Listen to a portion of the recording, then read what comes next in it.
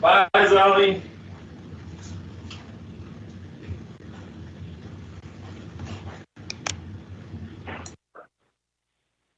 I said something.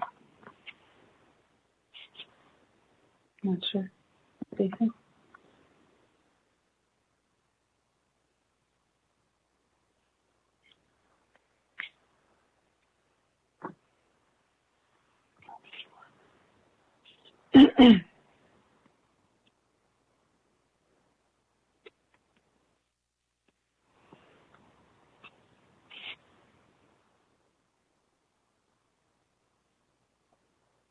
Hello, can you hear me? I can hear you, Proby. Oh, no, I'm sorry. This is Lisa Lyons. Yeah, Ms. Lyons, great. Thanks for coming in. We will get onto your item shortly. Okay, thank you. Thanks.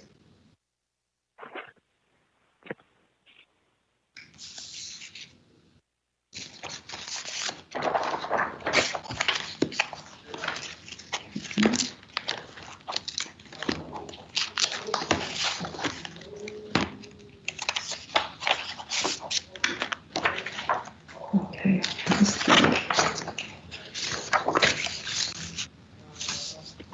Ms. Providencia, this is Mr. Terán. I just thought I'd let you know that I'm on the line as well. Okay, thank you.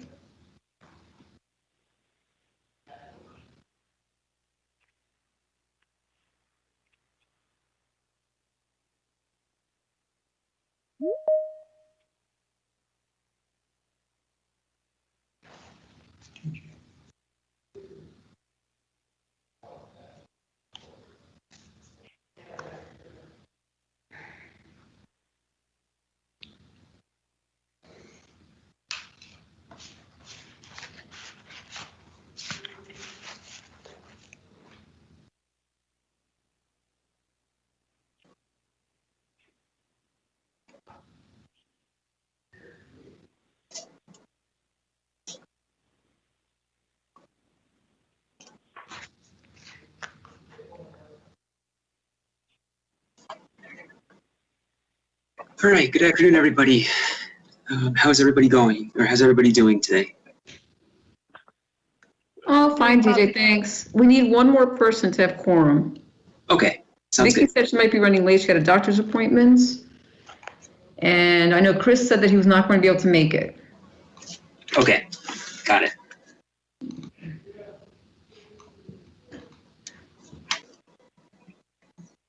Mark said he'd be there. Okay, so Mark said 1, 2, 3, 4, DJ. Okay, good.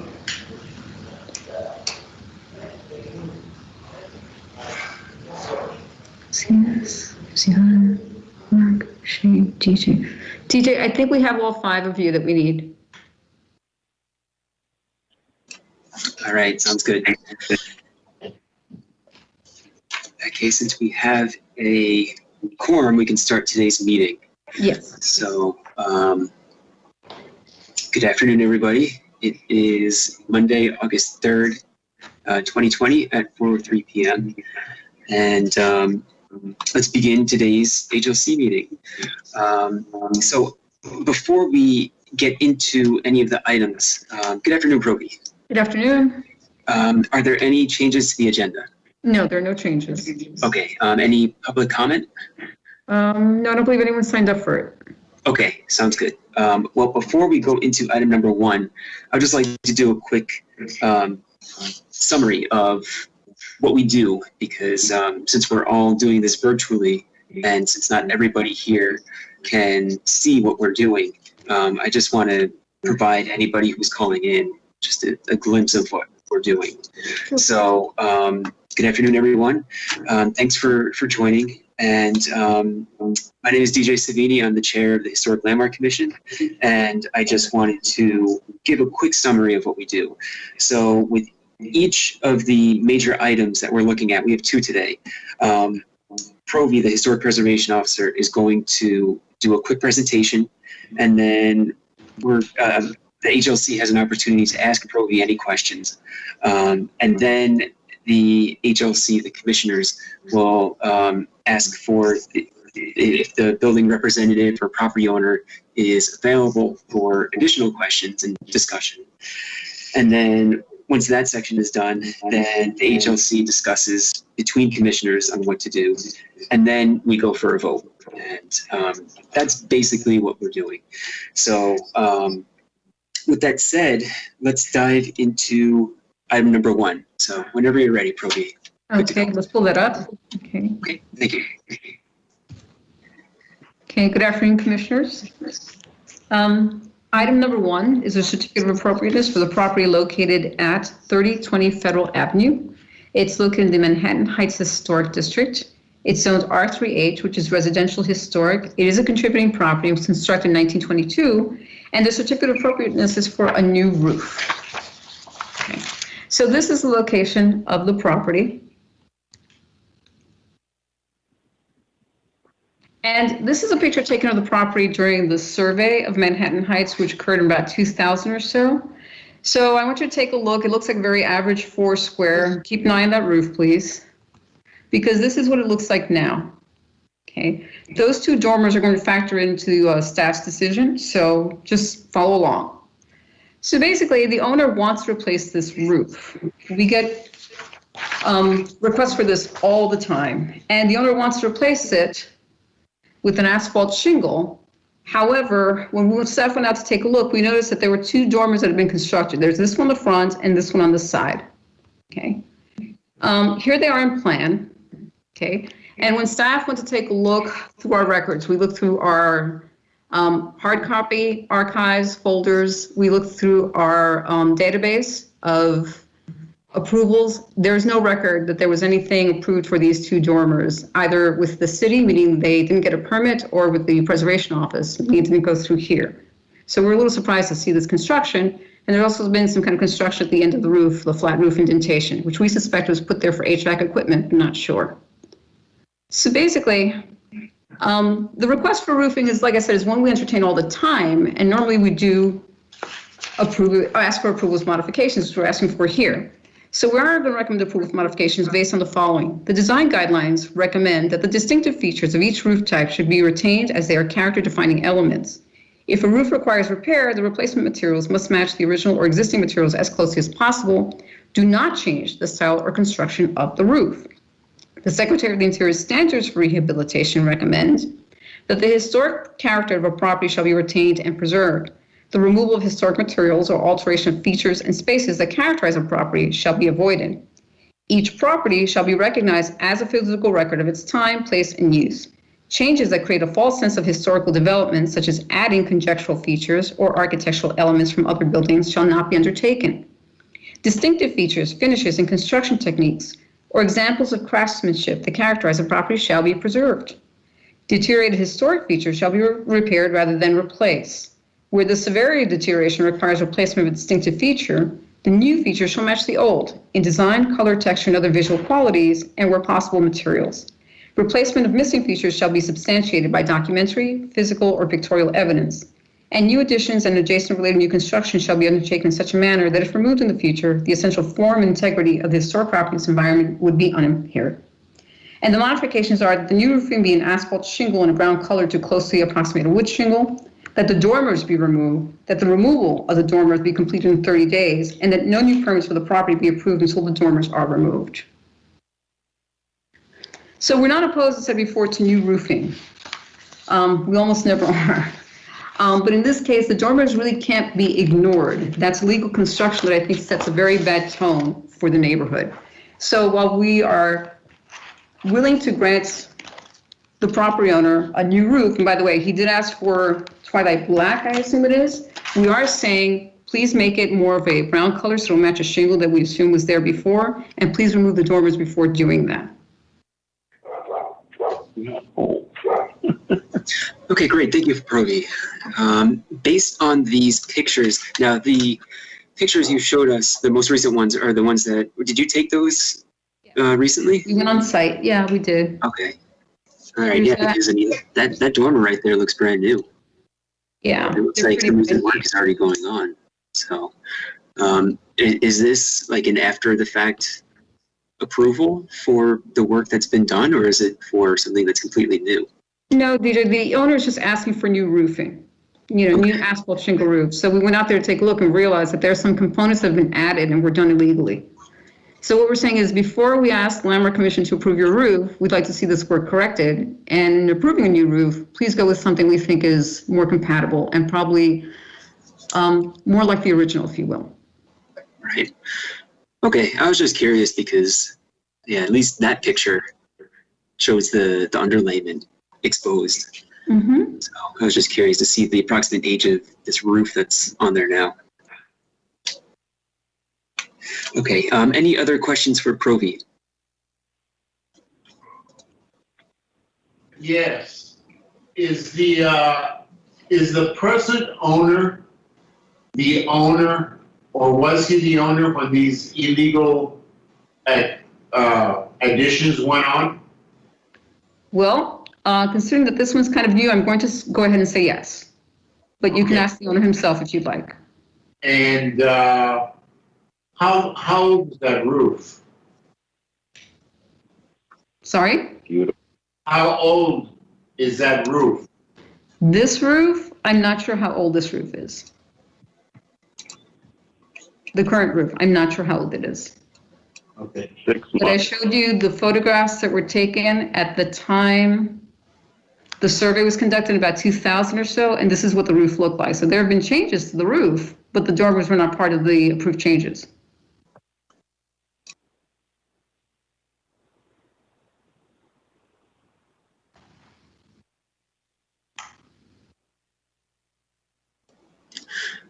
Okay, does anybody else have questions for Provi before we move on?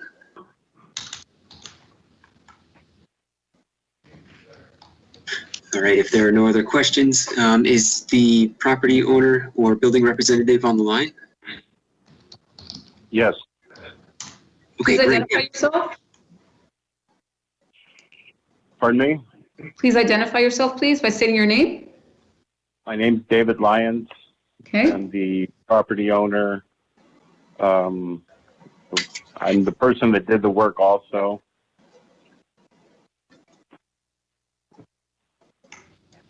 How long have you owned the house, Mr. Ryan? It's Lyons, and I've owned it for 26 years.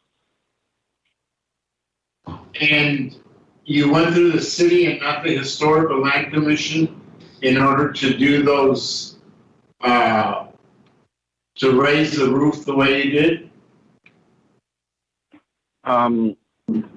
In 2012, I got a permit to re-roof, and it was an insurance claim, and that's when the dormer on the front side was added, when I did that roof. I did obtain a permit, and I believe I never got a final inspection, so I guess it kind of slipped by. And that's when the back indentation for the mechanical was done also. And that's where my swamp cooler was for the last 8 years. So the present roof was installed basically from the start of this COVID stuff in March to May of 2020, this year right now. At the time, I was contracted with a solar company. Something happened where they weren't able to get a permit to install their solar. I think Provi would know a little bit about that. And they since they weren't able to get the permit, so they dropped me as a client. But they did give me the money to do the re-roofing.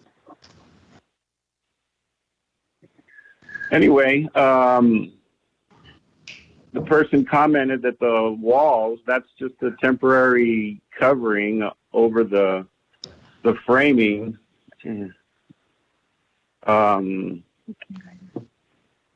know, I don't understand why you don't think it matches or fits in. And every neighbor that walked by said it looked really good. And I don't know. I definitely did not do it with anybody's permission. I admit to that. I'm not trying to hide it. Yeah, it's obviously new. Anyway. Okay. Any questions? Yes, thank you for sharing everything you did. That does provide some insight on the current situation. I mean, just out of curiosity. I'm sorry, what? One other detail. The reason I needed to roof, I was missing the whole west slope of the roof, shingles-wise. I had defective shingles from Owens Corning, and I made a claim with my insurance and also with Owens Corning, and they ultimately did not pay the claim, but the insurance company did, but Owens Corning didn't. But my roof had been in the same stuff that's on the walls of the dormers for a year and a half. So it was, something had to be done. It was kind of an emergency situation. Understood. Thank you. Okay. So before we talk about the specifics on this roof, just out of curiosity, have you gone to the Historic Landmark Commission and the Historic Preservation Office before? Because in your 26 years, it doesn't sound like you're too familiar with this process. Well, I think I'm very familiar with it, but I'm very apprehensive of it and terrified of it. And yeah, that's me.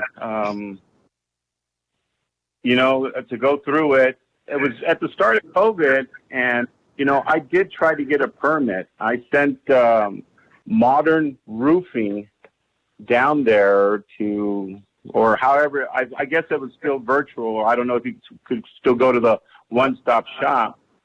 But this was in April, and nobody was in the office. He tried for 6 weeks, and I don't know if Provi remembers dealing with him, or Memo, but it was Daniel Lujan with Modern Roofing.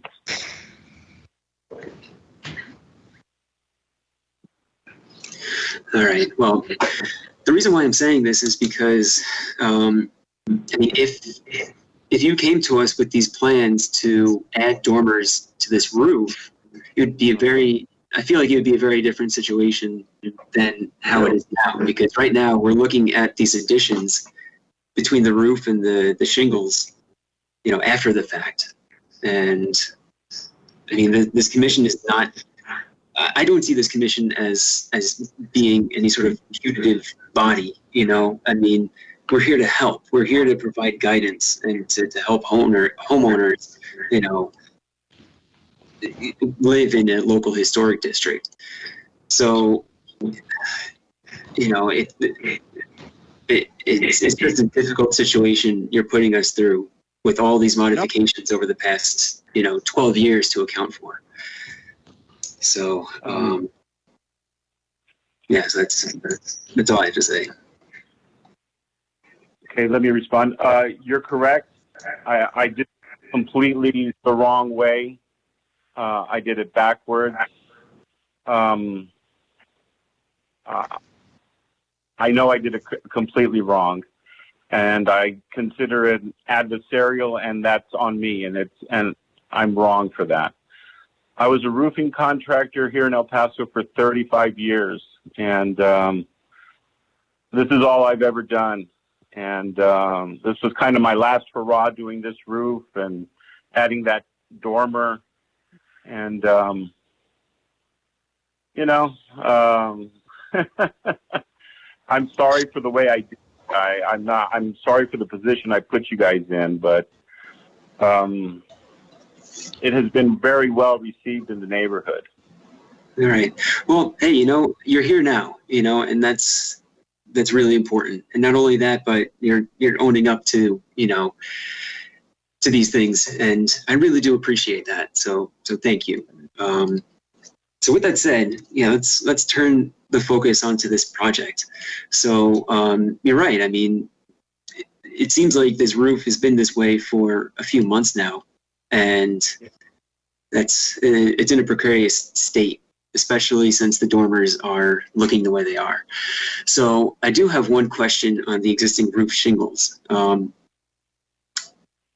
Are these the new shingles that you're proposing, or are you proposing a different color from what's already on the building?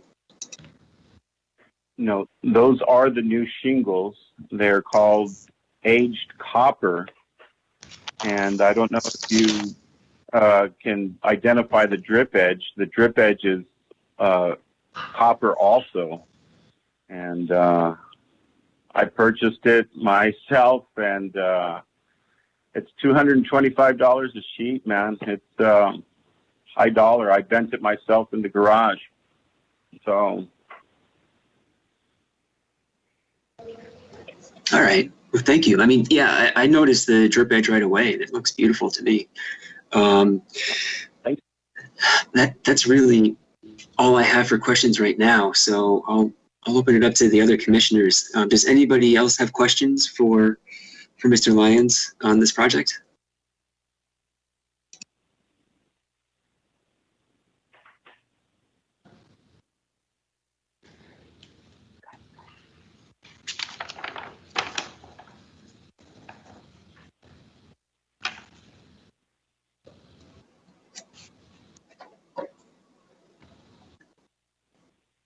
I do have a question. This is Ivan Lopez. I mean, the roof that was installed that's new, is there a shingle roof above the porch as well? Will that be replaced to match the top? Was that the intent for the project? The lower section? Yes. Balcony? It's a flat roof, and it has a 4-ply on it. I do intend on replacing it, and I would put the same copper drip edge on it. Okay. But the roof is flat; it's not visible from the street. But it does have shingles up above? I couldn't hear what you were saying. No, it's a flat roof. Okay. All right. Thank you.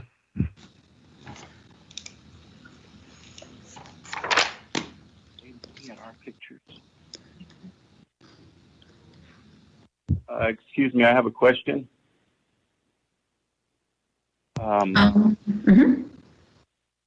We enclosed 5 pictures, or 3 pictures. That's what we're looking at. Are you guys looking at pictures from that the city took, or which pictures are you looking at of the new ones? We're looking at, okay, right now we're looking at the roof plans you sent us and the elevation, and then we're looking at a picture that we took when we were out there on site that shows the dormer on the east facade with the lion's face and what would be a window, and the dormer at the front with what looks like almost a stained glass in there. Yeah. We went by there, I'd say, about 2 weeks ago and took some pictures. Yeah. Okay. So what do you think of my lion?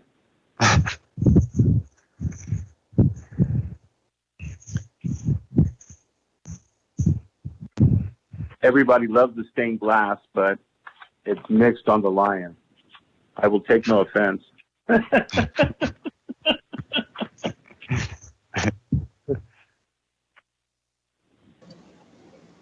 Okay. Yeah. So what? Just out of curiosity, what's the story behind this lion? Because it's interesting. Well, our last name is Lyons, and yeah, we were like, what do we put? We wanted to do a coat of armor or, something. But we had that in our kitchen, and well, I framed it up to work real quick.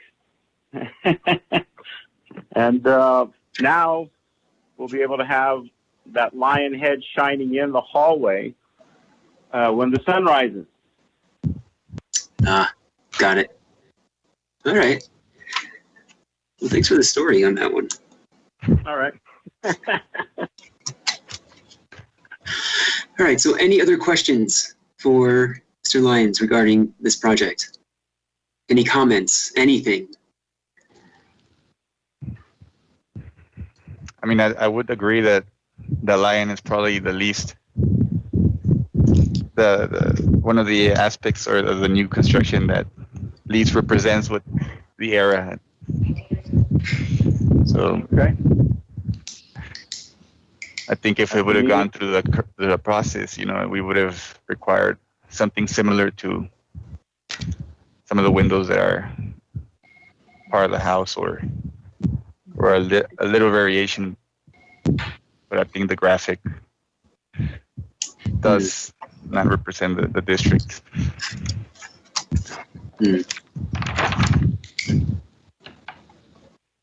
Okay. I would have no problem putting something that does. All right. Well, I mean, going back to the dormers themselves, right now the recommendation is to remove both dormers in order to seek approval for this. Are you open to removing one or both of the dormers as part of this project? I just cannot. I put everything into it, and what I'm looking for is some help from you guys to what would you like to see on the dormer walls? What material? I'd have two sections I'd have to roof over again. I'm losing mega copper. The labor itself. That's a tremendous burden to bear. I'll pay whatever fine you guys want. I want some guidance for the dormer walls, but this would kind of throw me over the edge having to tear this off. That would be the most embarrassing, degrading. I know maybe I brought it all on myself, but I just could not bear that. I'm sorry, I just could not. Mr. Lyons, may I ask you a few questions? Sure. Okay, so you said you were a roofing contractor for over 30 years in El Paso? 35, yes, ma'am. Wow. Did you get permits during those 35 years? I was very frustrated with the whole process, So I concentrated on being a labor subcontractor. So no, I avoided it at all costs. Right. So I told you Because- I had a bad attitude towards it, earlier. Mm-hmm. Because you're going through the process now, Mr. Lyons. I know, and I've dreaded it all my life, and I've never done anything to this antique house because of it, and facing the situation of having to tear this off, it just throws me over the edge. Prior to living here in this house, I lived on the corner, and I went through the process. I lived at 2829 Federal. And anyway, in the 80s, I went through the process and had to tear down some rock wall, which was bad, but so anyway, I've lived it. I've lived it before. So. Okay, so in other words, so you've owned two houses in this historic district. You were a roofing contractor for many years, so you knew that you had to get a permit, you just chose not to. I attempted. I had modern roofing down there. You guys were out of the office, it seemed like, for March and April.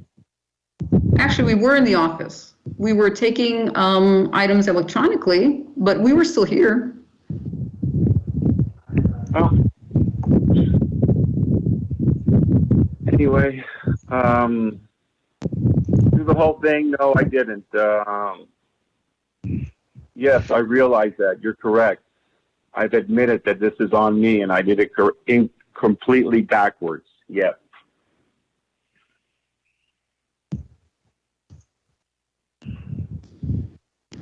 This is Shane Mercer. I have a question for the chairman, but I would be willing to hear anyone else's thoughts as well. I'm curious, just with your background in historic preservation, the dormers here, what does it do, in your opinion, to the historical integrity of this property? Well, I mean, without the context of how the dormers got here, I mean, both dormers are fitting with the design. I mean, they're both hipped roof that have generally the same slope. I mean, they are compatible additions. But the main issue is the way in which they were added. You know, I mean, if Mr. Lyons came in with plans to propose these dormers, it'd be a very different conversation than what we're having now. So that's my thought on these dormers. Because yeah, I mean, this would set the precedent, you know, or this would set a precedent for property owners to do whatever modifications beforehand and then, you know, propose them to us after the fact. So it's a difficult situation we're in. Yeah, no, I agree, and this is just a comment, I think, as we're thinking through. And again, Mr. Lyons, this is just a comment on my behalf. You know, understand what you've said, but there is a process here, and I, you know, whatever we determine, I don't know what that's going to be. We don't want to create hardship for you, financial setbacks for you, but all of that could have been avoided by just following the process. And no matter what we think about it, there is a lot of red tape here. But it's just the law. It's based on city ordinances. Like none of us wrote it, right? But we all have to comply with it, and citizens do that across the city in historic districts. And so by setting a precedent that you can just do whatever you want because you don't like the process, and then coming to us after the fact, it sets a dangerous precedent for us when we have to protect the historic integrity of these neighborhoods. And so that's what I'm wrestling with here. I guess something for consideration back to the rest of the commission members. I think we have to balance the precedent we set. But let's say that he makes the modification, removes the dormers, does the roof the way we ask him to, and then he came back at a later date asking to do something very similar with respect to the dormers. Is that something we'd be willing, you think, to approve? And I think that's something we ought to take into consideration here before we vote on this and ask him to completely undo it. I haven't made a decision on how I'm going to vote. I'm just curious what everybody else thinks in this case.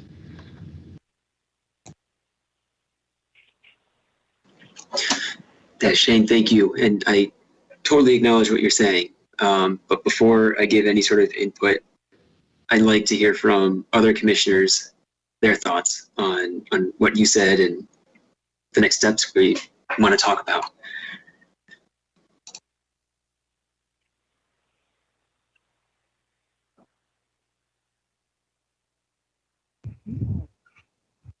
Well, thank you, Shane. This is Ivan. I mean, I agree. It's very unfortunate, the position that we're in here. I think that's a very good point, the way you mentioned that, you know, we do have to think about if the dormers were removed completely and then somebody came, or they went ahead and would come back afterwards.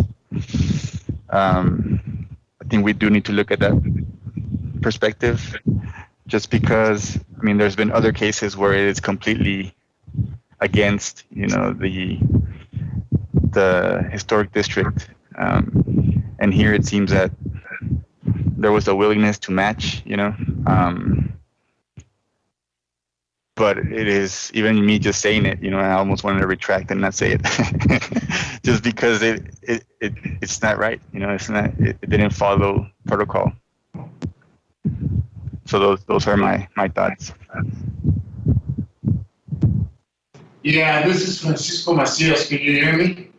Yes. Okay. I don't think it makes any sense to make them take the dormers off, then come back at a later date and ask that the dormers be allowed, because that means you make them take something down, re-roof it, then come back afterwards. I would think that we should first consider if we're going to allow them to keep the dormers, and then make the decision if you're going to allow them to, what kind of roof you're going to allow them to put on. And I don't think it sets a bad precedent. I just don't, because I don't know if it's going to even get through the committee to put dormers in there. I don't know. I would vote to let them put the dormers in myself, but, you know, I think let's not make him tear it down and then put it back up later if that's what he wants. Let's say you can't have the dormers, and we'll let you re-roof your roof. That's my thoughts on it. Okay, this is Ivan again. I just thought about something different, and I don't know if this is allowed, but since we are, in a way, since the walls haven't been covered, you know, and it seems like it's mid-construction, right? It was not fully complete yet. So because of that, can we request that the process be started right now? You know, so, I mean, no more construction can be done on this until the entire process is completed through the Historic Preservation Office. And even the work that has been done to this point, you know, has, like, the plans and material selections, elevations have to be provided, as if the process starts from step one. Okay, Yvonne, if I can clarify. Yes.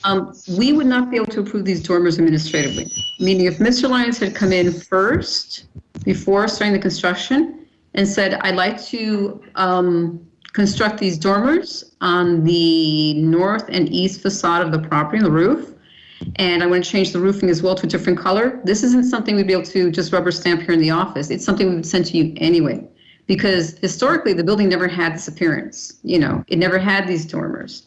And just to remind you, if he were to come in with if he had come in with this application before doing the work, our recommendations would have been exactly the same because that's what the guidelines state. You don't change the roof construction because historically that's not what was there. And the Secretary of the Interior Standards Rehabilitation state that changes that create a false sense of historical development, such as adding conjectural features or architectural elements from other buildings, shall not be undertaken. So again, if this had been brought to us before any of the work had been done, our recommendations would have been almost exactly the same. So, Provia, are you saying that he has to take the, those, I'm not sure, what do you call them? The rises on the roof? You mean the dormers, the little windows that you see projecting out there? They have to be taken down by our regulations? Well, no, the reason that people come to landmarks is because they want approval for things that staff can't approve.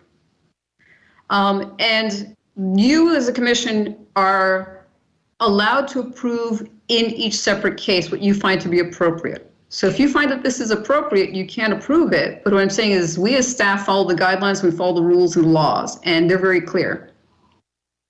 So that's why Mr. Lyons is here. This is not something we as staff would have said was okay. And part of our staff report is letting you know this is what the guidelines say. This is what the rules say. It's up to you to decide whether or not you think this is appropriate and it's all right.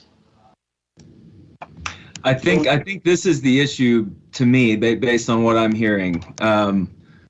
And thank you for that, Provi. And I meant to ask you that as well. So what Provi is saying, that had Mr. Lyons followed the process correctly, and had he come forward with a design plan with these dormers, the staff recommendation still would have been to not allow that, to not allow the dormers or some serious modification similar to what she's making or what staff is making today. And so I think my point was earlier, DJ, I understand he didn't follow the process. However, if somebody comes to us and they modified a door, and it's an after the fact request for a certificate of appropriateness, and we can all agree that we would have supported the modification had they followed the correct process, we probably would just approve it retroactively. And so that's what I was saying. If this is something that we would have approved had he followed the process, I don't know that I would support taking it down. But if it's something that we wouldn't, to me that completely changes the dynamic of the argument, because now I don't know, it just sets a dangerous precedent here that somebody can make any kind of change to the home, right, that is not in accordance with Secretary of Interior guidelines, not in accordance with city guidelines. Every time in the future that we have that case, they can point to this and say, but you allowed Mr. Lyons to do it, right? And so I don't know, that's something that carries a lot of weight with me as we move forward here. Oh yeah, no, I certainly agree with you on that one. I mean, it's all, at this point, we're trying to balance what the appropriate course of action is, and the only way to do that is to discuss it openly. So I really appreciate everybody's input on this, and everybody's opinions. Now, before we go into further discussion, does anybody have any more questions for Mr. Lyons? Mr. Lyons, how much did it cost you to put those two risers in? The one in the front I did a long time ago with very little, but for everything I've done on the roof right now, I got 10 grand in it, man. 10 grand. That's an expensive roof. Pardon me? It's an expensive roof. It's an expensive roof. High quality materials. Very high quality.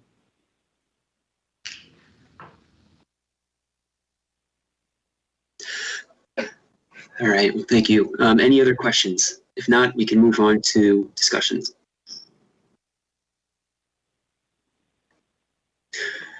All right, let's move on. Mr. Lyons, thank you again for your input on this. We're going to discuss it as a commission, and then we're going to go to a vote. So just hang on tight for a few more minutes, and then we'll we'll wrap it up.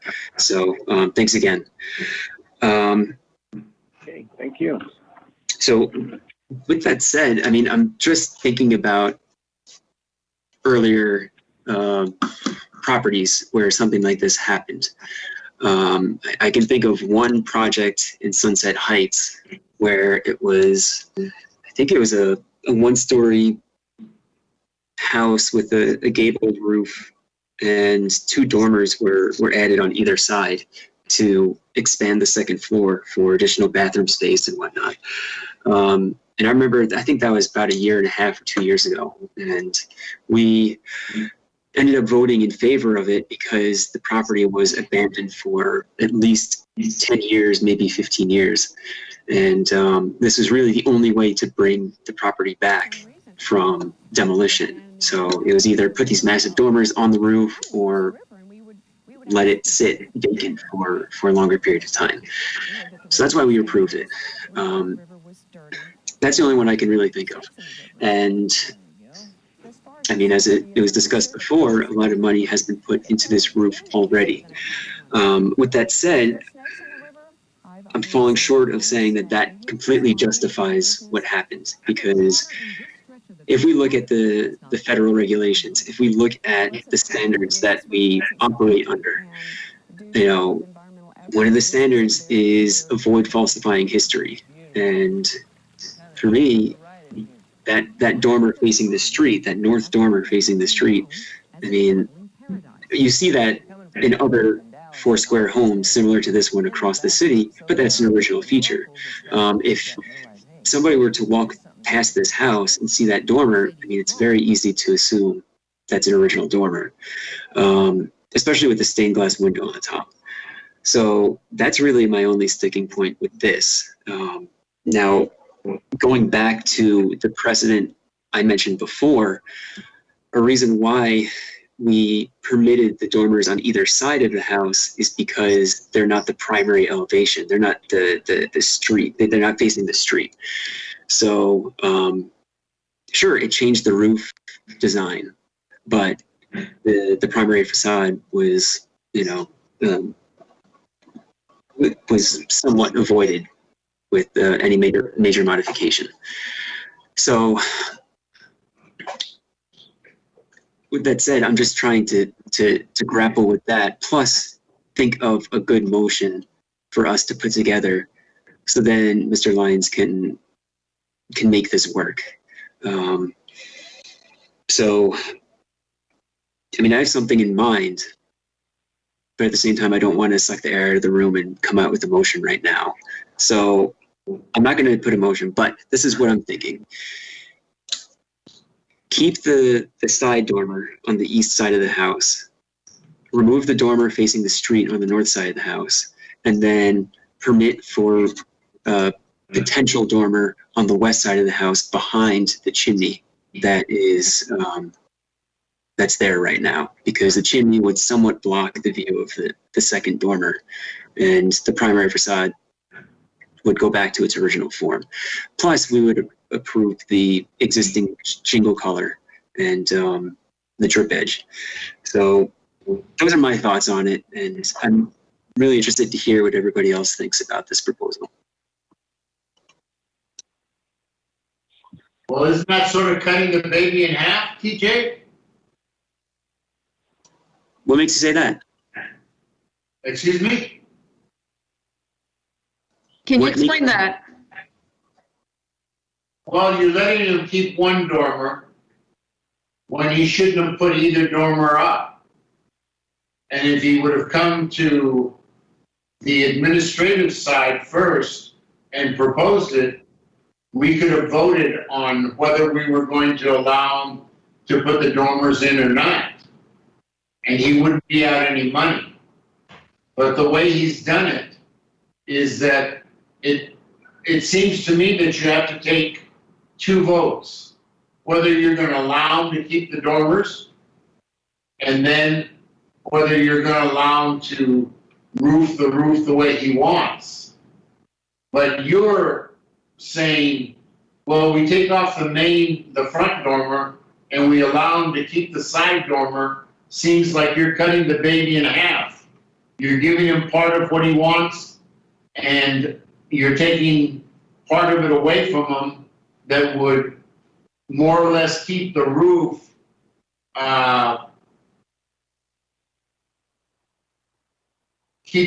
in its historical perspective in that particular neighborhood. Right? I'm trying to reach a compromise. Right.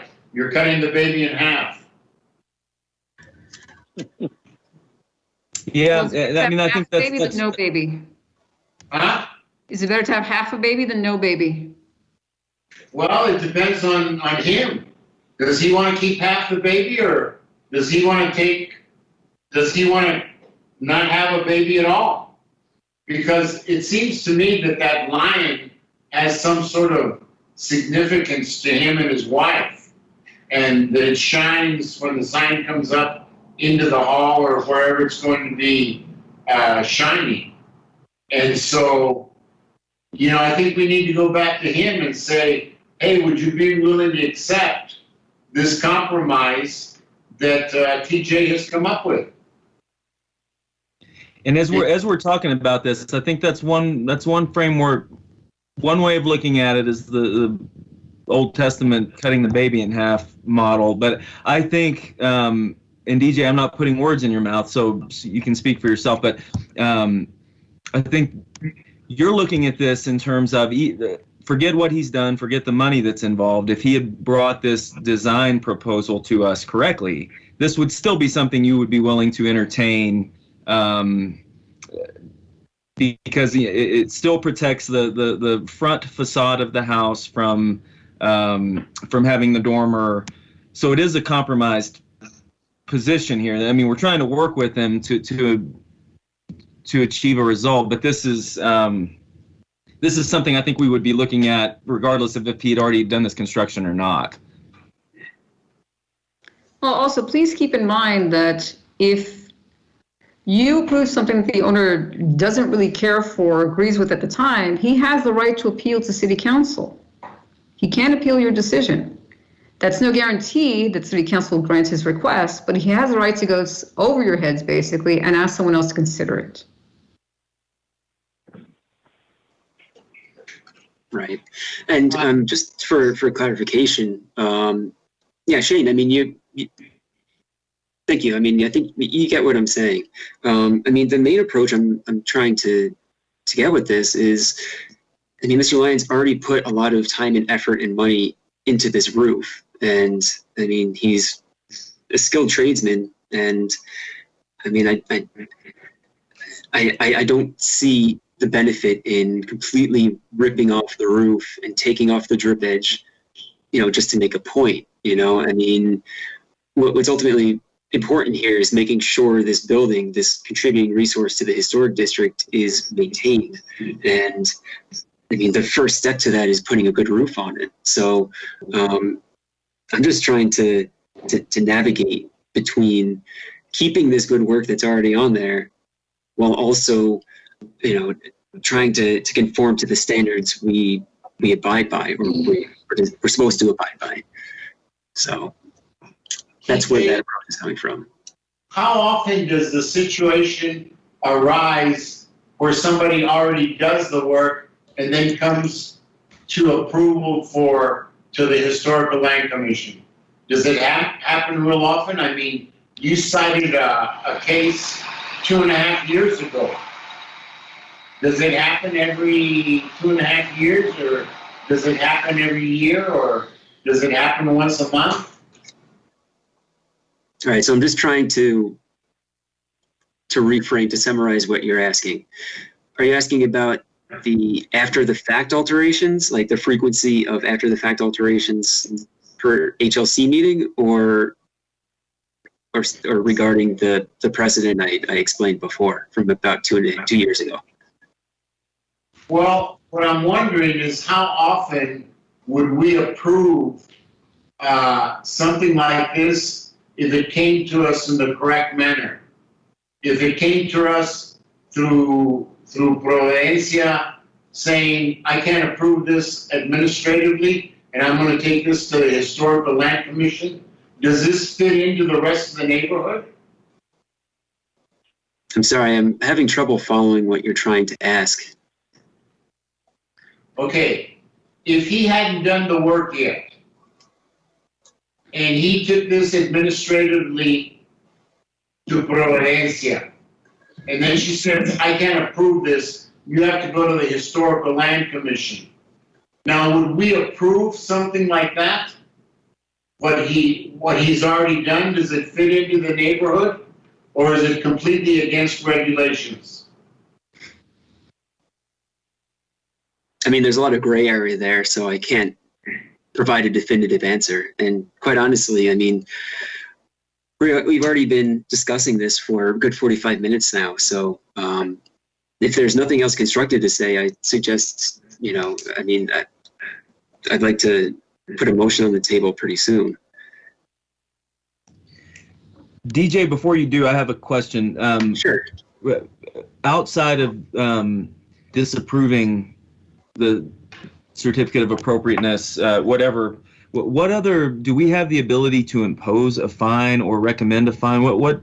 I think we did that recently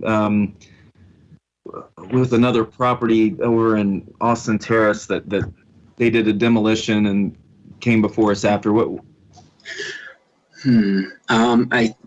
mean, Provy and Russ would have a better answer for you. Well, I don't think so. I think all the penalties are handed out by the inspection department. Is that what you recall, Provy? Actually, let me find it in the code, and I can read it. How's that? Okay, thank you. Just a moment. Yeah, I know what you're talking about, DJ, right. The garage in Austin Terrace that had been demolished in the night. Not completely. That's right. Yeah. Yes, and there were issues with that. So let me see what our code says verbatim so I can let you know.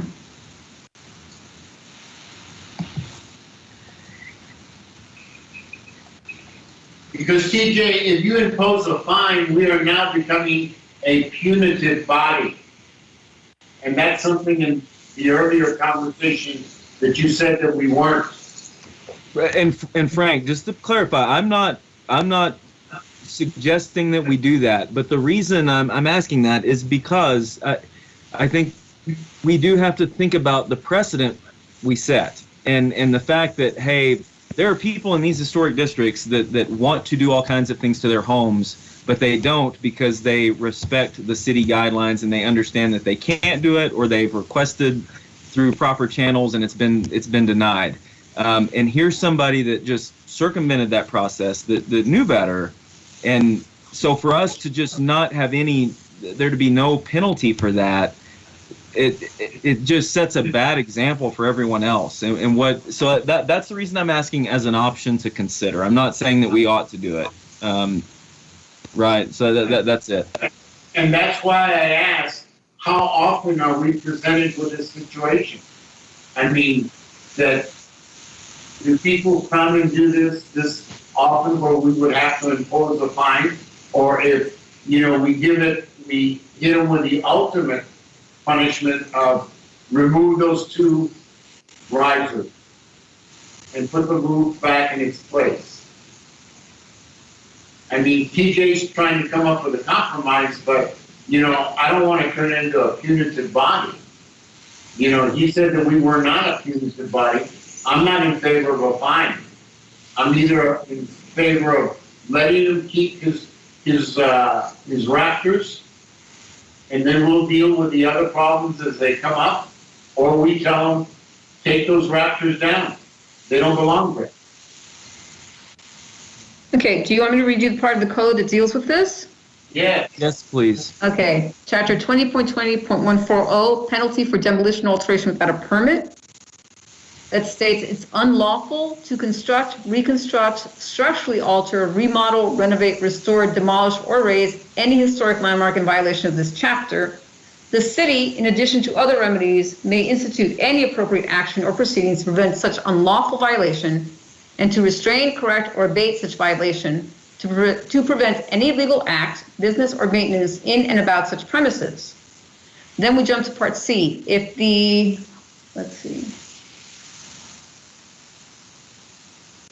If the structural, physical, or visual integrity of the historic landmark is adversely affected to the extent that it may not visibly be substantially restored to its original level of historical significance, damages are equal to the cost of constructing, using as many of the original materials as possible, a new structure that's a reasonable facsimile of the historic landmark, as well as the cost of attorneys, architects, and appraisers' fees, and other costs related to the enforcement of this section. If it's feasible to restore the structural, physical, or visual integrity of the historic landmark substantially to its former level, damages are equal to the cost of restoration, using as many of the original materials as possible, and the cost of attorneys, architects, and appraisers' fees, and other costs related to the enforcement of this section. Then it says, instead of accepting monetary damages, the city council may permit the liable person to construct within a reasonable time, and using as many of the original materials as possible, a structure or property that is a reasonable facsimile of the demolished historic landmark, or to restore, using as many of the original materials as possible, the historic landmark, and to pay the cost of attorneys, architects, and appraisers' fees, and other costs related to the enforcement of this section. So that section applies to city council. City council can do that.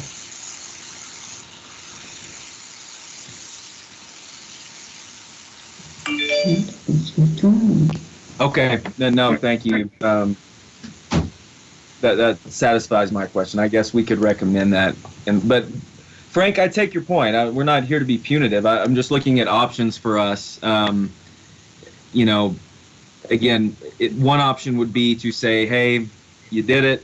We're not going to make you undo it, but maybe there's a penalty we could recommend to at least say to other landowners, you can't get by with this without any kind of penalty. That was just an option I was looking at. But what it sounds like to me is we need to decide if we're going to approve the certificate of appropriateness or if not, with what modifications.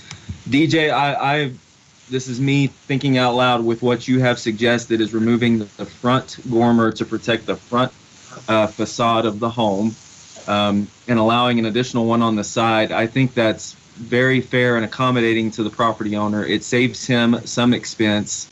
It allows him to keep some of the work that he's done, but it also makes a statement to the neighborhood that hey, you can't just do anything and expect us to approve it after the fact. And in this case, we're not doing it to be punitive. We are doing it to protect the historic integrity of the home.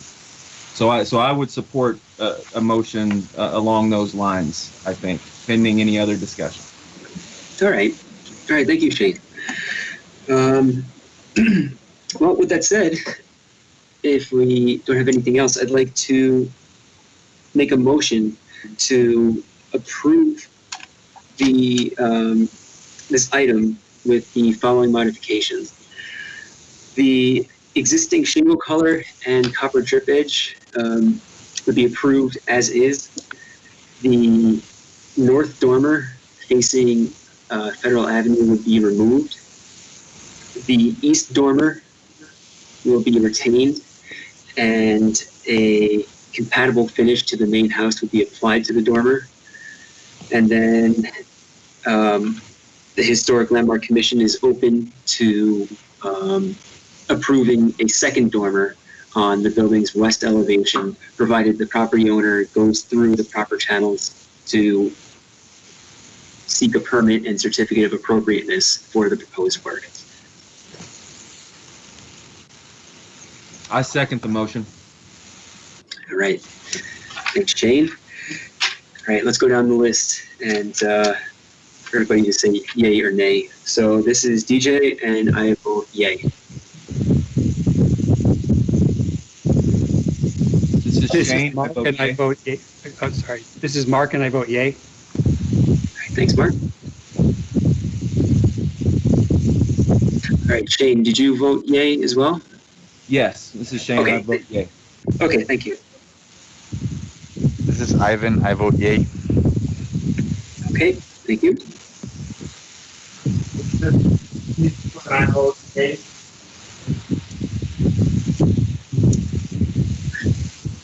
Sorry, I couldn't catch that. Did you vote yay or nay, Mr. Macias?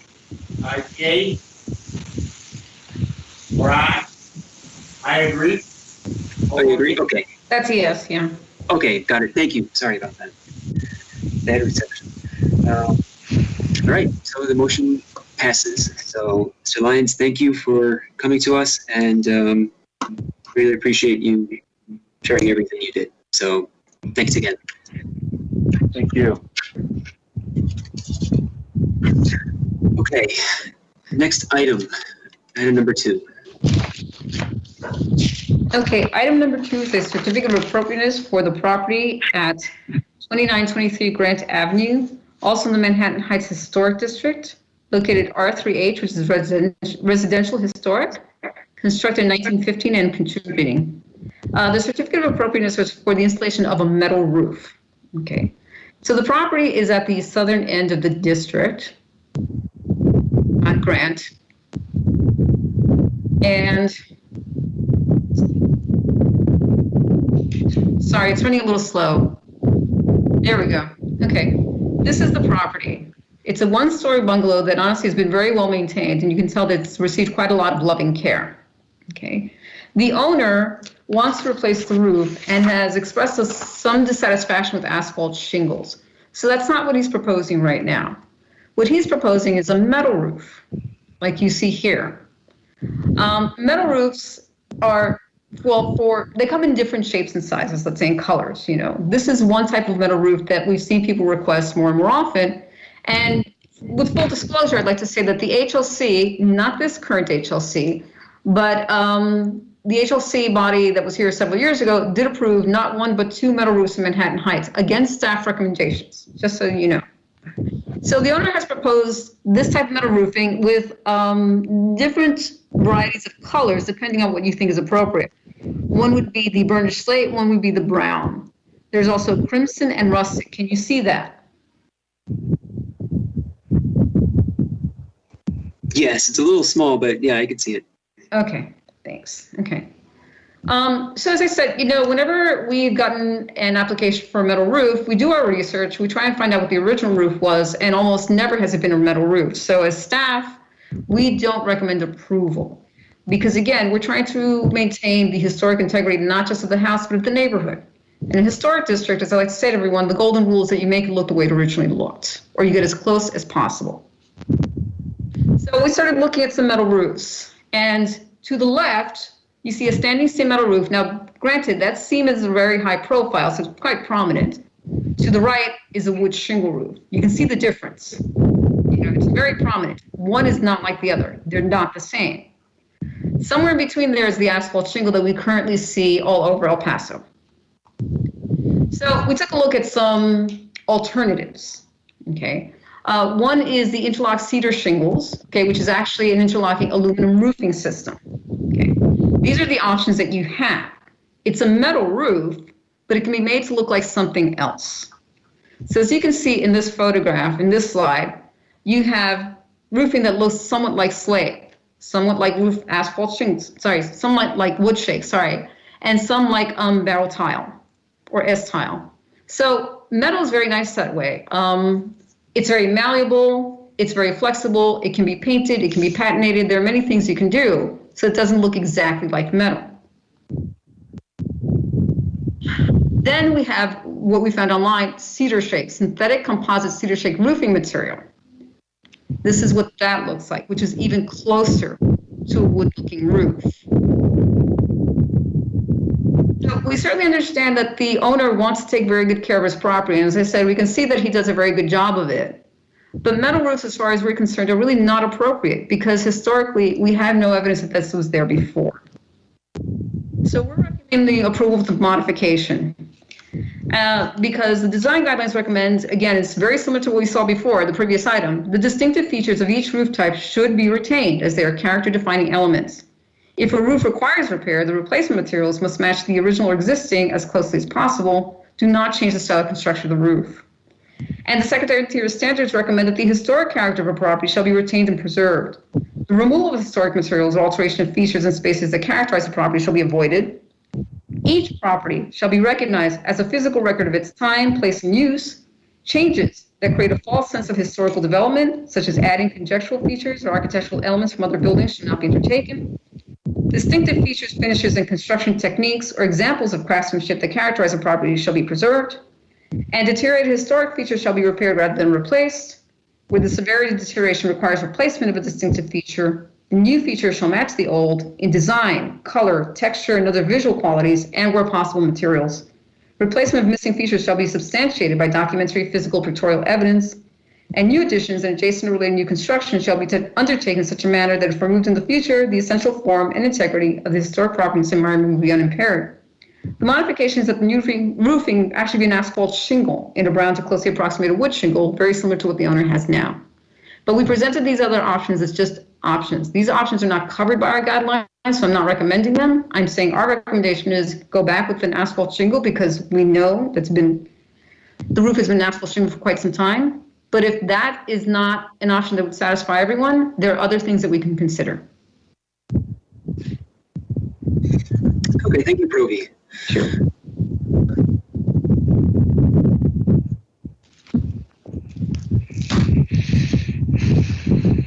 All right, so just for clarification, the reason why your office chose to go forward with the asphalt shingles is because that's essentially coming from the design guidelines for the district, correct? That's correct, TJ. That's correct. Okay. Yeah, I tried to find the original roofing material in this house, and I just had no luck. Yeah, no, that's okay. I mean, yeah, given a house like this, I'm sure it was cedar shingles, just like many of the other bungalows that are around. So that makes total sense. Any questions for Provi? Proby, can we see the options again? Sure. Okay, sure. This is what the owner's proposing. Okay, we've seen this type of metal roof before. On this one, it appears to have a low profile and a variety of colors from which to choose. And what we're saying is, we are recommending the asphalt shingle because we don't want this kind of change. But there are some options out there, like an interlocking aluminum roofing system that would mimic a wood shake. Or there's another roof system that's actually made of environmentally friendly polyurethane that also looks like this. So I think there are options out there. I am a little worried about the expense because I don't think that these would be very cheap, but this would look better than a metal roof, I think, because it looks closer to what historically is accurate. All right, thank you. Sure.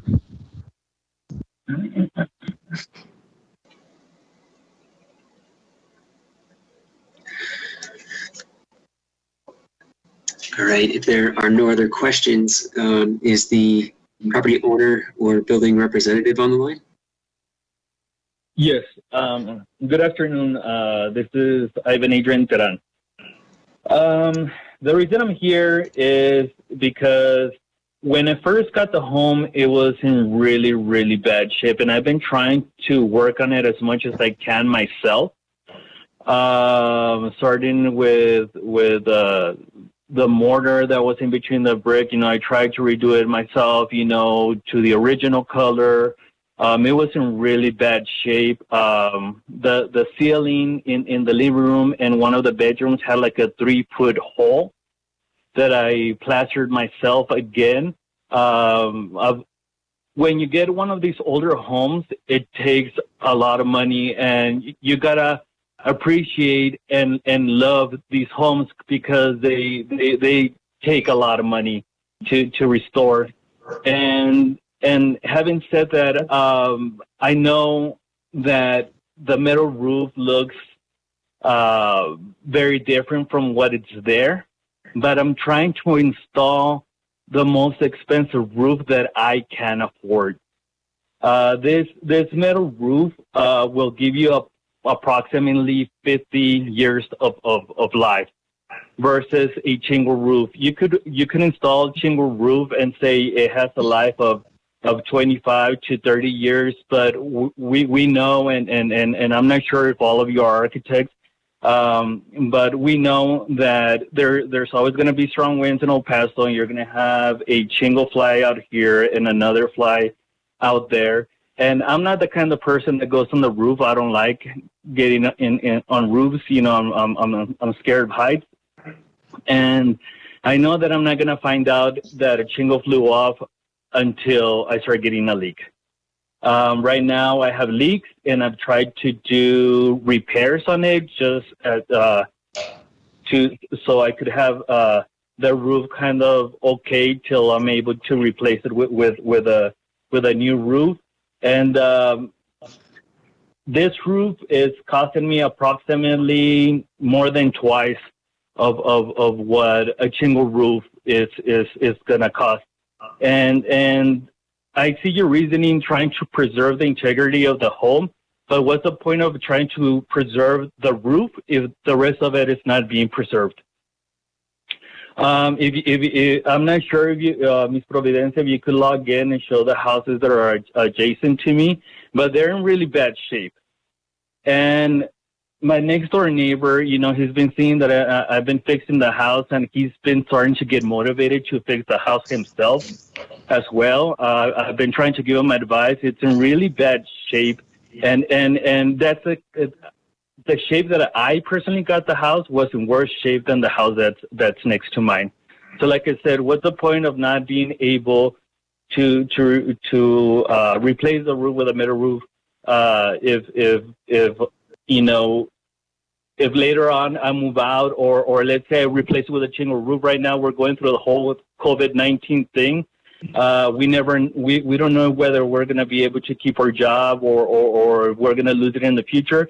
But one thing's for sure, that if I replace it with a metal roof, you know that metal roof is going to be good for at least 50 years, like I had said. Another thing is that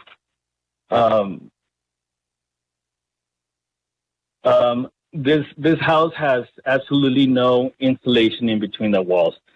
When we got this house, it had a swamp cooler, and it was extremely, extremely hot. I couldn't believe how hot it was. I mean, we couldn't sleep at night.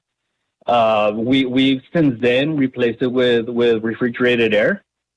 However, and it does cool. You know, I put it to like 69 degrees during the night, so I'm able to sleep. However, I have a 2-bedroom home, and my bill's coming out to around $200 a month, or sometimes some more. So that being said, if I replace it with a metal roof, it's gonna help. It's gonna help with the solar radiation. It's gonna help reflect some of the solar heat, and it should bring my consumption of the electricity down. So there's several factors on why I want to replace the roof. It's not just that, you know, one day I woke up and I said, you know what, I think I like a metal roof better. No, I want to replace it because I have several reasons. And like Ms. Providencia said, there's other options, but there are options that I cannot afford. They're very expensive. This roof right now for this 2-bedroom home is going to be a little bit more than $12,000. So I wouldn't be able to afford something else.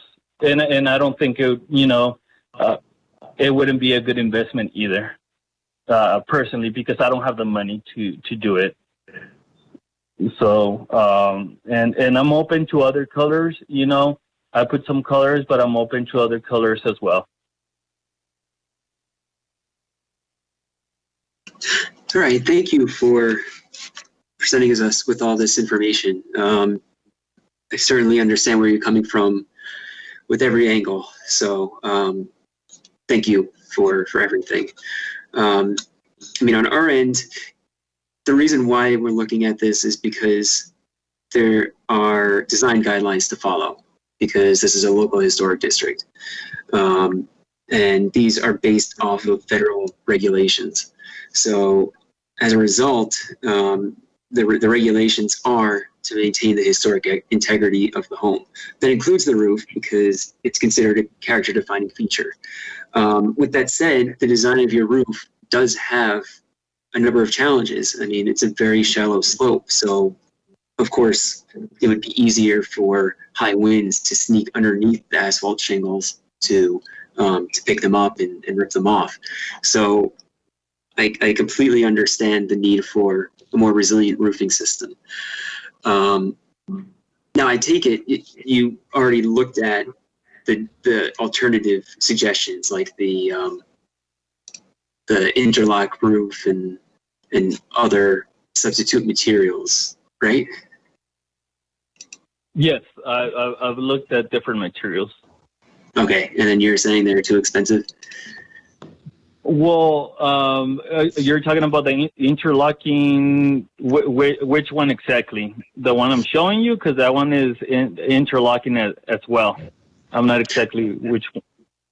I'm talking about the interlock metal roof that is stamped to mimic cedar shingles. Not the one that you proposed, because that's a standing seam metal roof. I know of them because, as you know, DJ, we've done projects here at where we work, and you know that I've done roofs here at work, and I know the difference between the cost of those that mimic, you know, shingles and those that don't. And it just popped out in my screen. My computer is a little bit slow. It's lagging. But I know you in the historic district, you guys don't do the estimates, and we do them over here in design, and they're very expensive. If the metal roof that I'm proposing is more than twice as much, those other ones are you know, probably 3 times or 4 times the amount of a shingle roof. Right. Yeah, no, So I'm not it's not something that I can afford. Okay. Would you be open to looking at other materials, such as fiber cement or something along those lines? If it's within the same price range, because I already got the loan from the bank, then yes. If it's more expensive, then no, I cannot afford it. Okay. And I mean, I could see why a lot of people sometimes are scared coming through this commission. You know, you try to fix your home and you know, you get blocked from doing a lot of things, even when it comes to, well, even when it's going to benefit the building itself, when it's going to help it get preserved for a longer amount of time. Right. No, and I get what you're saying, but you know, I'm just coming at it from a view of retaining the integrity of the house and the neighborhood, for that matter. And I know you listened in on the previous item, but it's also about setting precedents too. So, and those are important considerations to me. So that's just what. So what's more important to you guys, setting the precedents or actually preserving the building? Because a lot of the buildings by where I live, DJ, they're in really, really bad shape. When I got that house, it was in really, really bad shape. And I really love living in the historical area. I love it. You know, I love these homes, and I take a lot of pride in owning one of these homes. But what's the point of not allowing a homeowner not to do certain things? You know, you're basically just kicking people out of that neighborhood and saying, you know what, it's too much work to deal with this. I'm just going to go and live somewhere else because I can't deal with it. And just leave those people that don't really care about those homes. You know, that's all that's going to remain, those people that don't really care about those homes. And at the end, you're not going to save any building. Yeah. No, and you're right. I mean, that is a challenge we deal with, you know. It's a matter of striking that balance between what the local ordinance advises and what we can do on behalf of the homeowner. So, yeah, it's a balance. And with that said, yeah, you've put an incredible amount of work into this house. I mean, your house looks beautiful, you know. I mean, you've put a lot of work into it, and it shows. With that said, I can't speak on behalf of the commission. You know, I have, of course, we each have our own opinions.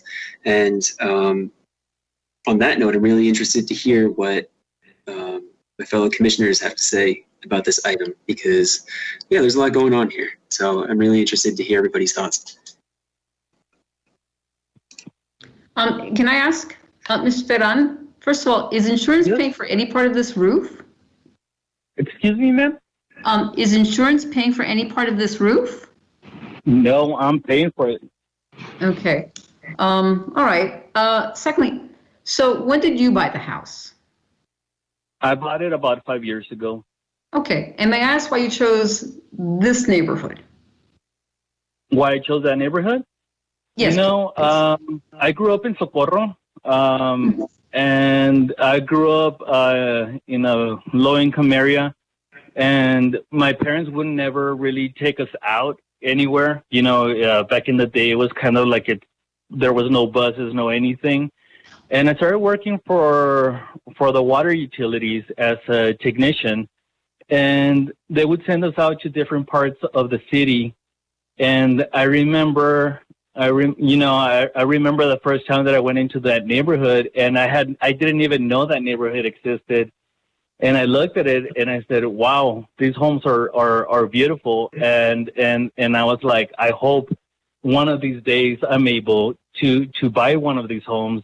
And it turns out that I was, you know, years passed and I started working somewhere else. I left El Paso, and then when I came back, I was looking for a house, and I found this house, and I was able to get a really good deal on it. And even though I needed a lot of work, it didn't bother me because I saw the potential in this house, and I know that I saw that it had good bones. I saw that it didn't have any structural problems. They were mostly just cosmetic, and I saw the house, and I told the lady, you know what, I'm getting it. And she said, you haven't seen the inside? I'm like, the outside looks fine. It doesn't look like it has any structural issues. I want it. And the reason I wasn't able to see the inside is because we were having a lot of trouble with the people that lived there. They were not the owners, but they were more like squatters, and they were drug dealers slash drug users. So you could imagine, I have pictures to show how the inside of the house looked and how it looks now. And that's how I came across the house. Okay, so basically, you kind of did what I did because I'm not from El Paso. I came here, I went to Manhattan Heights, and I fell in love. And that's why I live here now, because of Manhattan Heights, basically. So I guess what I'm trying to point out to you is that there's a real catch-22 when you're dealing in a historic district or dealing with one. And on the one hand, you love the character of the district, right? You saw the beauty in all the homes. But the reason the district looks like that is because we have these guidelines and we have these rules and we ask people to follow them. Because if we didn't have them, honestly, this district wouldn't look anything like it does now. Neither would Austin Terrace, neither would Sunset Heights. A lot of them just wouldn't look the way they do. But the reason they are the way they are is because we did impose these districts and these rules and this designation. And when people follow them, you see the character of the neighborhood come through. So on the one hand, we certainly appreciate what you're going through, and I certainly appreciate what you've done for the house because it looks absolutely wonderful. But on the other, the reason it looks that wonderful is because you saw the potential, there were rules in place, and up until now, you certainly followed them. So I understand your frustration, Mr. Dunn, but this is the reason why we have historic districts. We want to maintain this character. They're very unique and they're very special.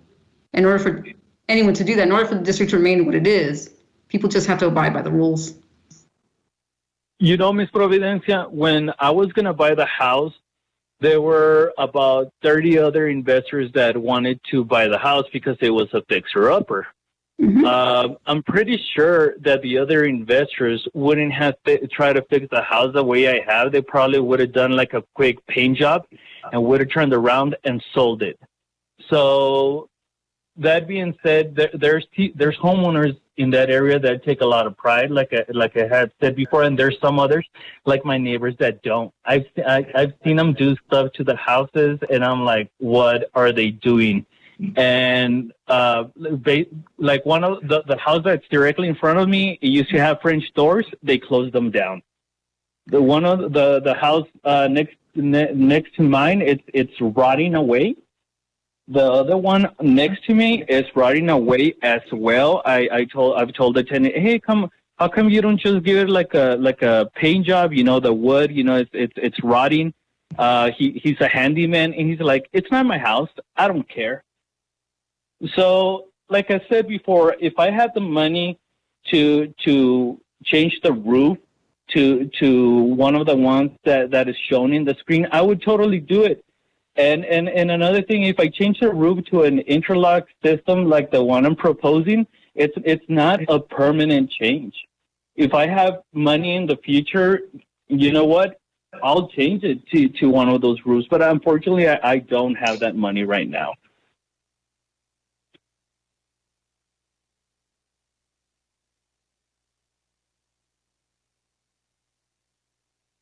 So I guess it's basically of you know, feeling like I can't really do much in this house, and then, you know, being passionate about this house and then not being able to try to preserve it, you know, try to put the best roof, and at the same time see my neighbors' houses completely waste away. I'm like, it's kind of saddening to me.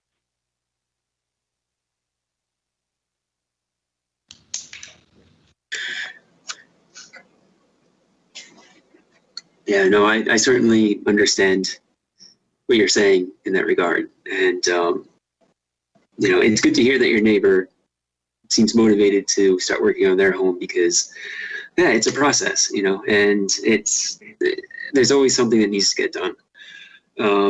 With that said, I mean, what we talked about now is just, I mean, these are just a handful of proposals or a handful of options for this house that can work.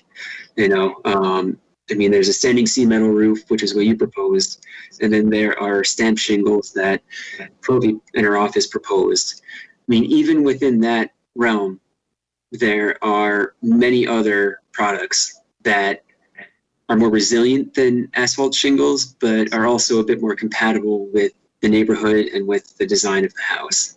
So, I mean, it's all a matter of finding the right product, seeing the price point of that product, and going from there. With that said, I mean, this item expires on September 12th. Unfortunately, there's only one HLC meeting between now and then. So there is an option to table this to provide additional time to research different products and come up with one that is within your budget. At the same time, there's only one left. I'm sorry, DJ. Like I said before, you know that I do estimates at work. You know that I've done roofs at work, and you know how much that I know how much they cost. So that being said, I already know that I'm not going to be able to afford it. Do you have any any sort of cost estimates to provide Provi to show that? I don't have them here in hand with me. No, I don't. All right. But you know that metal being one of the most common ones after shingles, you know, is still expensive. Imagine how much more expensive the other ones are going to be. And building 2 is a good example of that. You guys said that it needed, you know, that you guys needed to put the metal roof that looked like shingles, and it was a lot more expensive. Well, let's focus on what's happening here and what's happening now, because unlike me, I mean, none of the other commissioners have visibility on what we work on at work. So let's keep the two separate, because it's very unfair to the other commissioners to discuss things like that. Which is why I'm proposing to extend this, to table this a little bit further, so then we can look into it a little bit further, so then everybody can have an educated decision, you know, provide an educated vote on this item. So does anybody else have questions or comments regarding this item?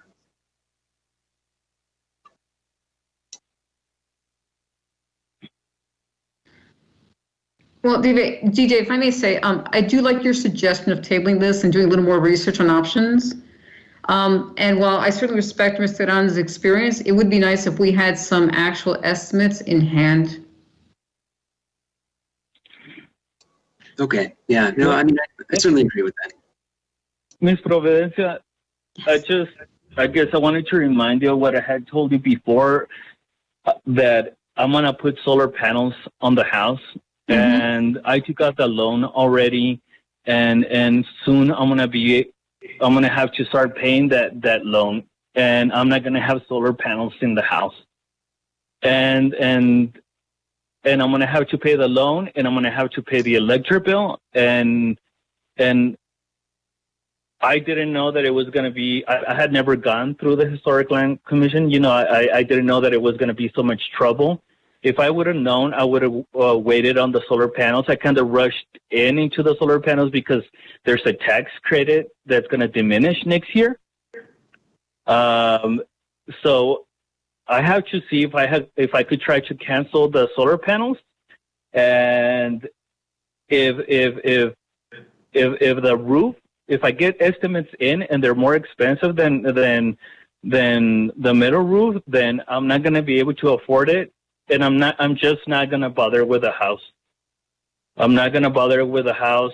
I have another house. I put a shingle roof, and it's 6 years old, and some of the shingles are already flying out, and I don't want to deal with that. You know, it would be less maintenance, and it would preserve the building a lot more, and it's not. I'm just gonna go through a whole headache if I wait. So, plus, I'm gonna have to pay extra out of pocket as well.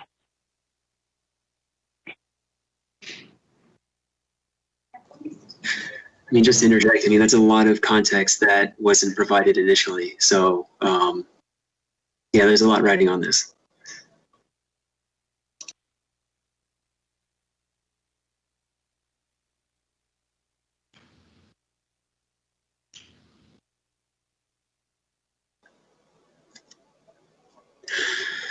All right, well, if there are no other questions or other comments, we can move forward to a discussion on how to resolve this item, whether going for a vote or tabling it for next time.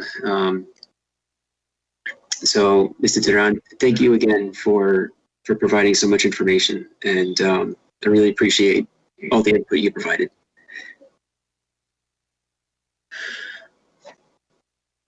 All right, so, you know, I mean, Mr. Duran really put a great amount of work into this house, which is why I'm really trying to look for a compromise with this, really trying to find a way for us to meet halfway. You know, try to find something that is not impossibly expensive, but is also compatible with the design of the house and the neighborhood. So, you know, yeah, this is a tough one. Does anybody have suggestions or any input on this?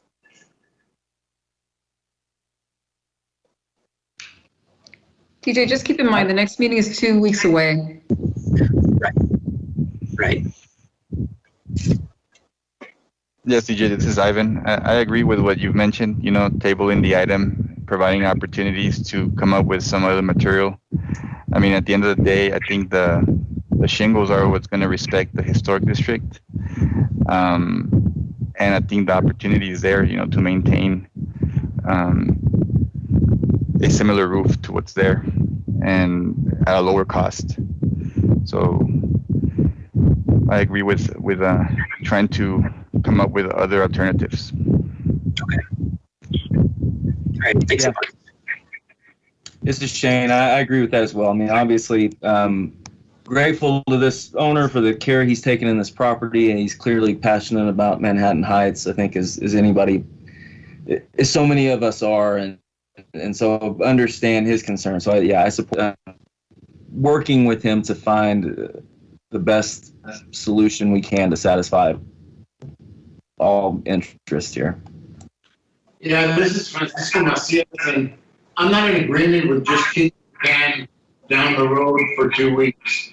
He has done the research. He says that it's either a metal roof or it's gonna be twice as expensive as the shingle. So, you know, I think that instead of tabling it, he's already done the research. We ought to give it a vote for shingle. If he doesn't want it, then I can understand that, but I don't see anything, I don't see kicking it down the road for 2 weeks to find some other material. The material is gonna be more expensive, he has told us, so why just kick it down the road for 2 weeks by tabling it? Let's take a vote. All right, thank you for that input. I really appreciate everybody's thoughts on this.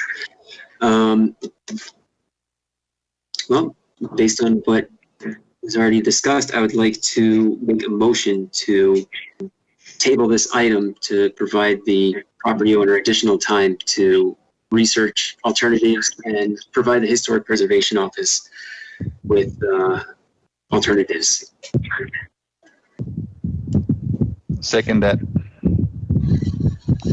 All right, Ivan. all those in favor? I'll go down the list. One by one. This is DJ, and I vote yay. Ivan, I vote yay. Shane, I vote yay. Mark, I vote yay. Francisco Macias, I vote nay. All right, 4 yays and 1 nay. So, what I understand, the motion passes. I also would like to make a recommendation to Mr. Teran to use this Historic Preservation Office as a resource. You know, I mean, we're more than just people who say yes or no. I mean, we do have an understanding of different materials. So, DJ, you made a recommendation, like if I don't know, like if I have never done estimates, you know me, and you know that I'm very familiar with roofs. I do not understand why we're extending this. Like I said, I have already a loan for the solar panels, and I have already a loan for the roof. And this is the reason why people do illegal stuff, because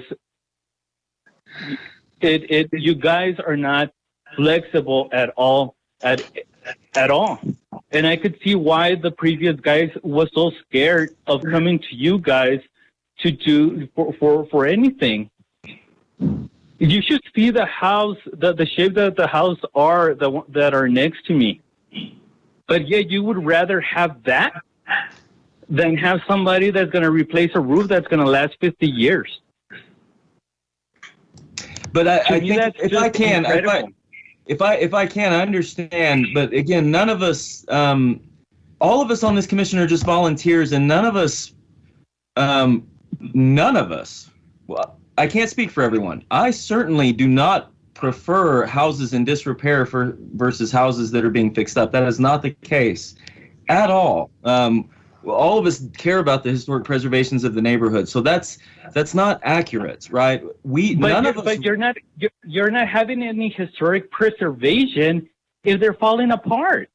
But here's the thing. This isn't an argument. It's not a debate. I'm making a comment that none of us on this commission wrote the city guidelines. None of us on this commission wrote the Secretary of Interior guidelines. We were appointed as volunteers to preserve the historic character of those neighborhoods in accordance with those guidelines. If you don't like the guidelines, let me finish the thought though. If you don't like the guidelines, your argument is not with us, right? There's a strong argument that we shouldn't even have historic preservation. You're right. It keeps a lot of people out of these neighborhoods. We are just trying to preserve the historic integrity of the neighborhood. None of us like the idea of the particular metal roof because it's not historic and it violates the guidelines. That's it. Our argument's not with you. We all are supportive of what you're trying to do. Understand your frustration. You're not the only one. And I share your sentiments, but we're not here to work against you. And I echo what the chairman said earlier with respect to. You know what, sir? I admire your your passion to try to go by the guidelines. But you know what? I'm just gonna put it up for rent. I'm not gonna care about the roof. I'm not gonna care about the home. I'm just gonna find myself another home, and I'm gonna rent this one, and that's it. No solar panels, no roof, no nothing, and I'm just gonna keep it the way it looks, just like you guys wanted it. And if it keeps on leaking, who cares? There's renters there. Yeah, this is Russell. I don't think we're being productive anymore. I think we've already voted on this item, and it's probably best to let it cool until the next meeting. All right, thank you, Russ. Thank you for your time. Yes, thank you.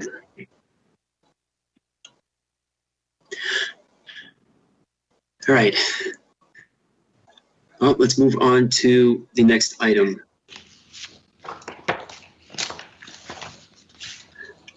Let's see. Let's go take a moment to look at the administrative reviews since our last meeting.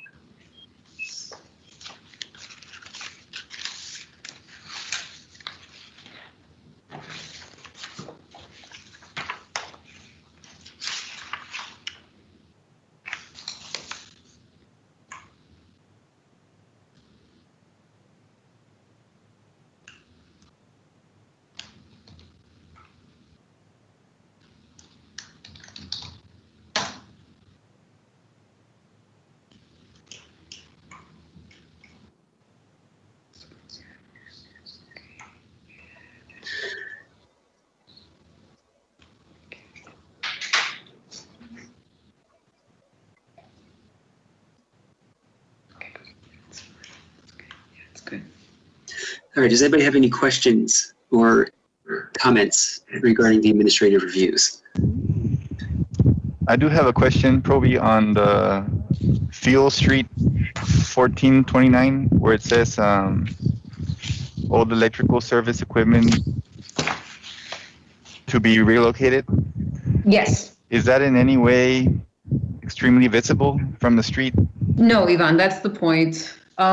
It was relocated to the very back of the house, Okay. but not on the rear facade, on one of the secondary ones, but towards the back. So we want to make sure that it wasn't visible, and we also asked them to paint what they could, the color of the substrate, so it would blend in a little bit more.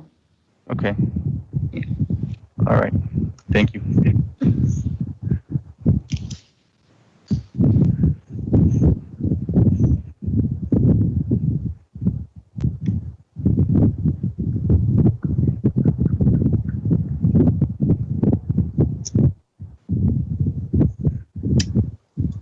All right, if there are no other questions or comments, I'd like to make a motion to approve these reviews as stated. I'll second that. Okay, let's go down the list. This is DJ, and I vote yay. Ivan, I vote yay. Shane, I vote yay. Mark, I vote yay. Francisco, I vote yay. All right, excellent. Thank you, everyone. Okay, on to the next item, which is reviewing the minutes from our last meeting on the 20th. So we'll take a few minutes to look through this item.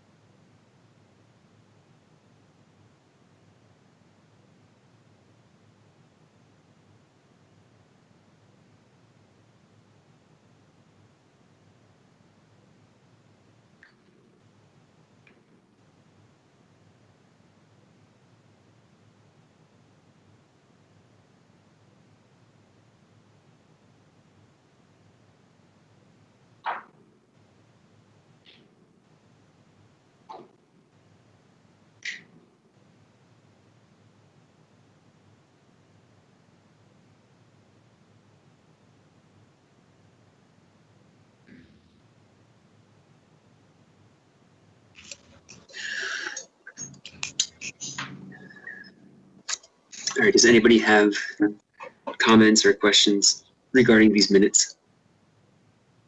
All right, if there are no questions, I would like to make a motion to approve these minutes as stated. This is Mark, I'll second. All right, thanks, Mark. Okay, let's go down the list. This is DJ, and I vote yay.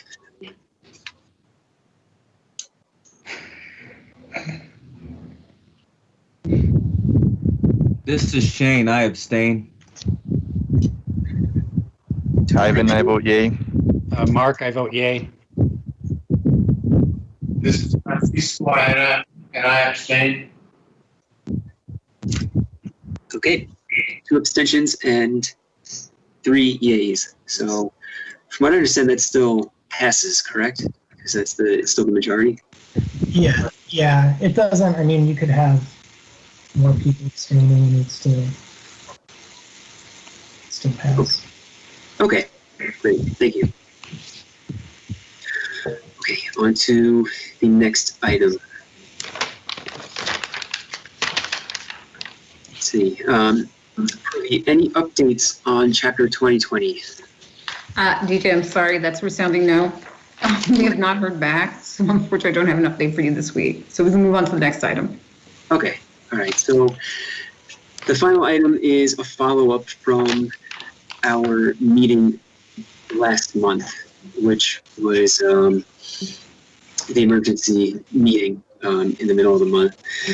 And it was to essentially discuss and create a number of subcommittees to help support Pro-V and help bolster this commission, so we become better prepared for meetings and whatnot. So I'd just like to take some time to talk about any thoughts, any proposals we have from the last time we spoke about it last month. I mean, one thing I would like to do is just come up with 2 or 3 ideas for subcommittees, and then we can just go from there. I know Pro-V was mentioning the need to update design guidelines for the downtown historic district. I think that's a great idea for a subcommittee to address. Does anybody else have ideas for subcommittees or has any thoughts on this item?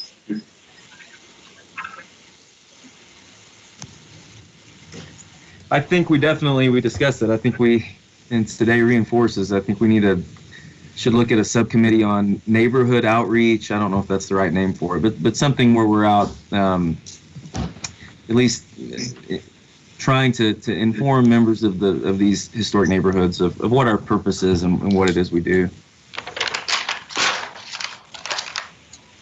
Yeah, Shane, I certainly agree with you on that one. All right, thanks.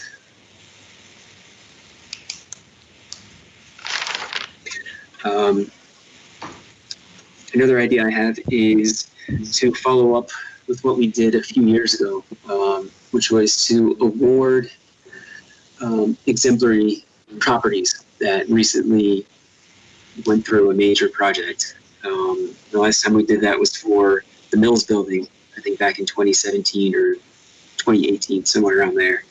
I'd like us to form a subcommittee to just come up with a short list of 5 or 10 properties that were recently completed over the past year.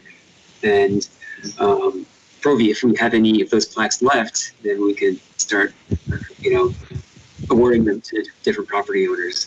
With that said, do we have, or does your office still have a few plaques left? We do have a few plaques left, DJ. Yes, we do. Okay. And you're right. In the past, about almost 10 years, we've only awarded one, and that was the Martin Building. So that's Martin Building. My mistake. Yeah. No, that's fine. But however, I mean, there are some other properties downtown that could certainly qualify. I'm thinking of the Plaza Hotel, maybe, or the Paso del Norte Hotel, which used to be the Camino Real. It's now Paso del Norte, and that should be opening up shortly. one of a few projects we want to consider. I like those because they are downtown.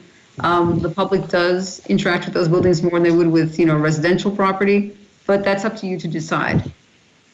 Okay. Yeah, no, I think that would be a great thing for the subcommittee to really figure out about, which properties to look at, whether they're commercial, residential, or even expand upon that, having a word for each type or whatever. Now, with that said, does anybody else have ideas for subcommittees?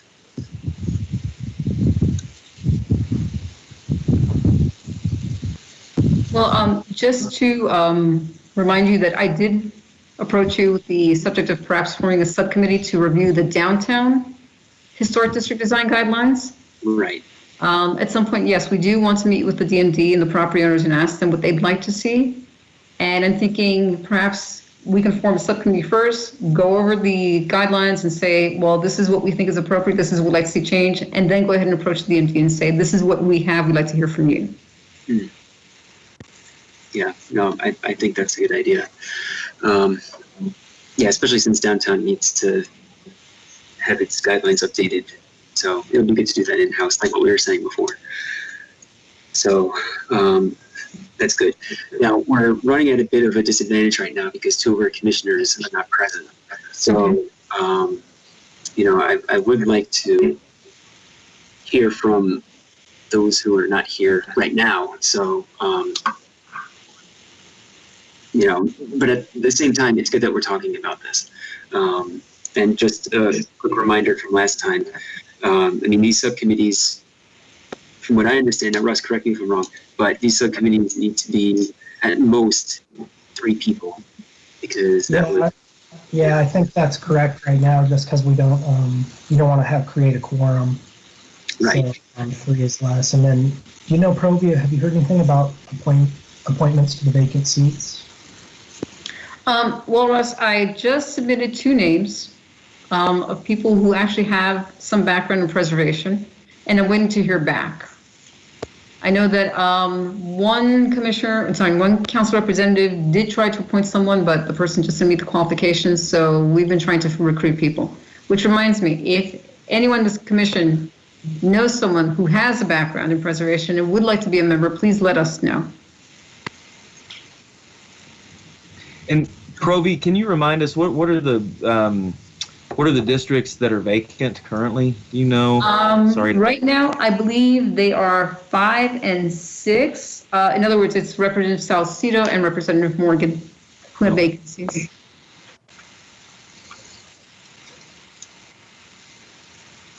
Yeah, just a quick input on that. I believe I'm 4 and 5. representing District 6. So, is it... Oh, sorry. 4 and 5, DJ. Sorry. 4 and 5. Okay, got it.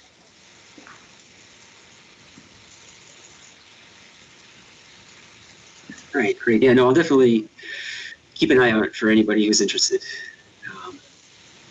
And then I'll let you know. But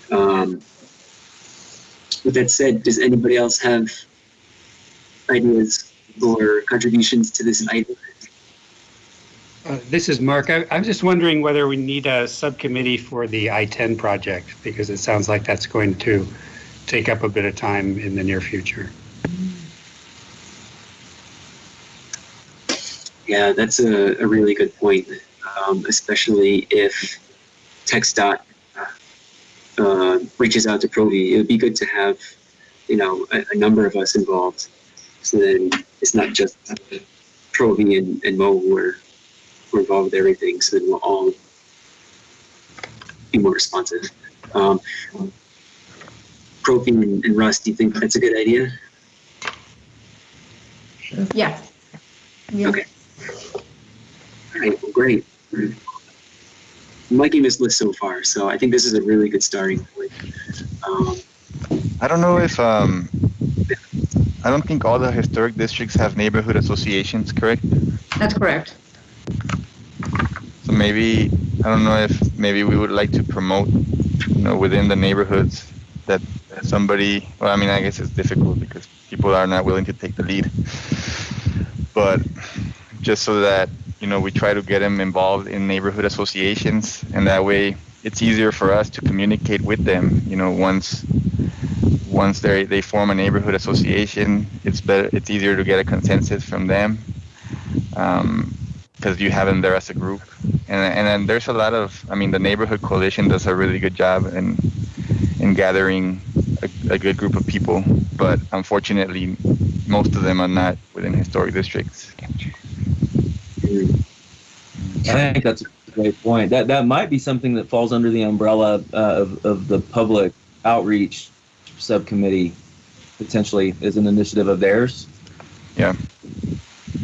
That way, and I think we can kind of reinforce it by saying that the more involved you are, you know, the easier it is to work with the Historic Preservation Office, and that we all discuss ideas or of how to move forward with their individual homes and their neighborhood as a whole, you know.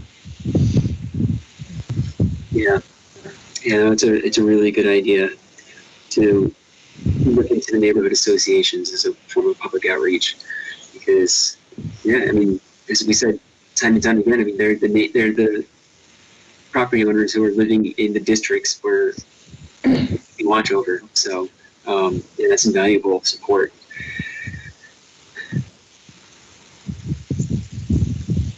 I just wanted to say one thing. I just want to commend you all and Proby and everyone over in planning for all the hard work. I cover 4 other boards, and this board is the most time intensive for you all, for volunteers and staff, I think, and just the amount of work, and that, you know, when you guys hear cases, you know, the thought that's put into it, it's really impressive. Thank you, Russ. Thank you. Greatly appreciate that. CJ, do you want to keep this item on the agenda so we can discuss it again in 2 weeks? I was just going to say that, yes. Basically, the long-term idea I have for this is to include this on the agenda, so then it will evolve over time. You know, I mean, this is a great start. I mean, I really like these subcommittee ideas. And with each passing meeting, we can start to implement them. You know, I mean, right now, I don't want anybody to rush into this, to jump on something. You know, take the time you need to think about it and figure out how each one of us can help, because that's what it's all about here. You know, as we said in the beginning, I do not, you know, this is not meant to be a board for people to, you know, get their hands slapped or anything like that. Like, this is we're here for support. So these subcommittees will really help out in that regard. So yeah, I would love to have this item reoccurring for future agendas. With that said, I know the language in this specific item says to discuss and act on the formation of subcommittees. Because not that, you know, some of the commissioners are not present, I would like to, you know, continue this conversation when commissioners are here. So hopefully during the next meeting. So with that said, I'd like to make a motion to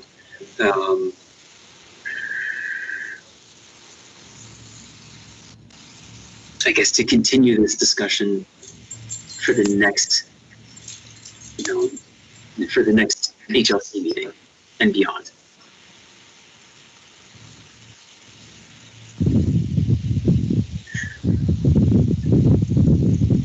I second the motion. Okay, thanks, Shane. All right, we'll go down the list. This is DJ, and I vote yay. Ivan, I vote yay. Shane, I vote yay. Mark, I vote yay.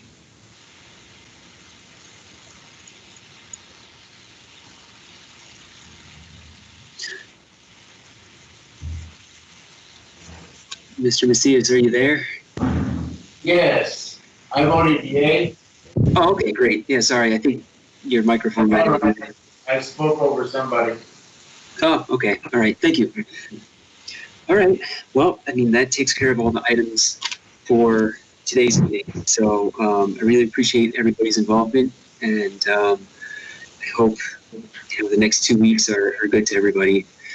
And that's pretty much it on my end. So if nobody else has anything to discuss, I'd like to make a motion to adjourn today's meeting. I'll second that motion. All right, thank you. All right, well, this is DJ, and I vote yay. This is Francisco and I vote yay. Ivan, I vote yay. Mark, I vote yay. Shane, I vote yay. All right. Thank you again, everyone. Meeting adjourned at 6:06 p.m. Thanks again, and I really appreciate everybody's involvement. So, talk to you next time. Thank you all. Thank you.